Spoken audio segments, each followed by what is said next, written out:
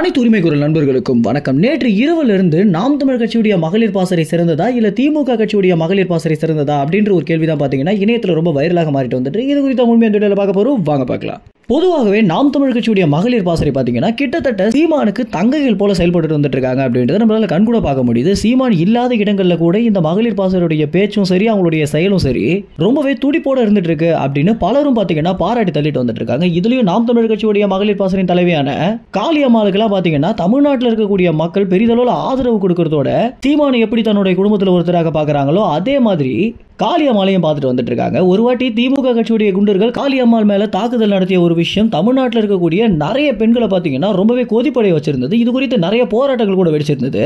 இந்த அளவுக்கு தமிழ்நாட்டில் காளியம்மாளுக்கும் நாம் தமிழ் கட்சியுடைய மகளிர் பாசறைக்கும் பார்த்தீங்கன்னா பெரிதளவில் ஆதரவு கிடைச்சிட்டு வந்துட்டு இருக்கு.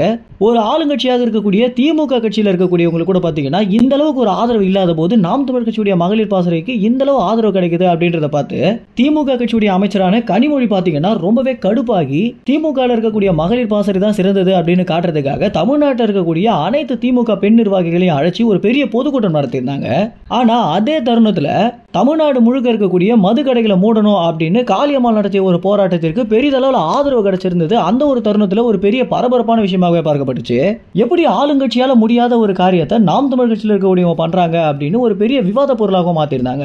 இது குறித்து விவாதம் நடத்தியவங்க கூட இப்ப என்ன சொல்லிட்டு வந்துட்டு இருக்காங்க அப்படின்னா உண்மையிலேயே நாம் தமிழ் கட்சிக்கு ஆளுமை அதிகமா இருக்கா இல்ல திமுக கட்சிக்கு ஆளுமை அதிகமா இருக்கா அப்படின்ற ஒரு கேள்விதான் பாத்தீங்கன்னா அனைத்து தரப்பினராலும் எழுப்பப்பட்டு வந்துட்டு இருக்கு. இந்த ஒரு விஷயம் தான் பாத்தீங்கன்னா நேற்று இரவுல இருந்து ட்விட்டர் முழுக்க உண்மையிலேயே எது ஆளுமையான கட்சி அப்படின்றதையும் தாண்டி நாம் தமிழ் கட்சியுடைய மகளிர் பாசறை சிறந்ததா இல்ல திமுக கட்சியில் இருக்கக்கூடிய மகளிர் பாசறை சிறந்ததா அப்படின்ற ஒரு பெரிய கேள்வி எழுந்துட்டு இருக்கு. இதற்கு பலரும் பாத்தீங்கன்னா நாம் தமிழ் கட்சிக்கு தான் உண்மையிலேயே ஆளுமை அதிகமா இருக்கு அப்படின்னு சொல்லியிருக்காங்க.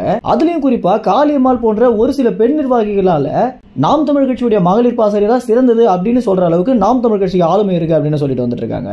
இந்த தகவல் குறித்து என்ன நினைக்கிறீங்க அப்படின்னு உண்மையிலேயே எந்த கட்சிக்கு ஆளுமை அதிகமாக இருக்கு அப்படின்றதையும் திமுக கட்சியுடைய மகளிர் பாசறை சிறந்ததா அப்படின்றதையும் உங்க கமெண்ட்ஸ் தெரிவிங்க. நன்றி, வணக்கம்.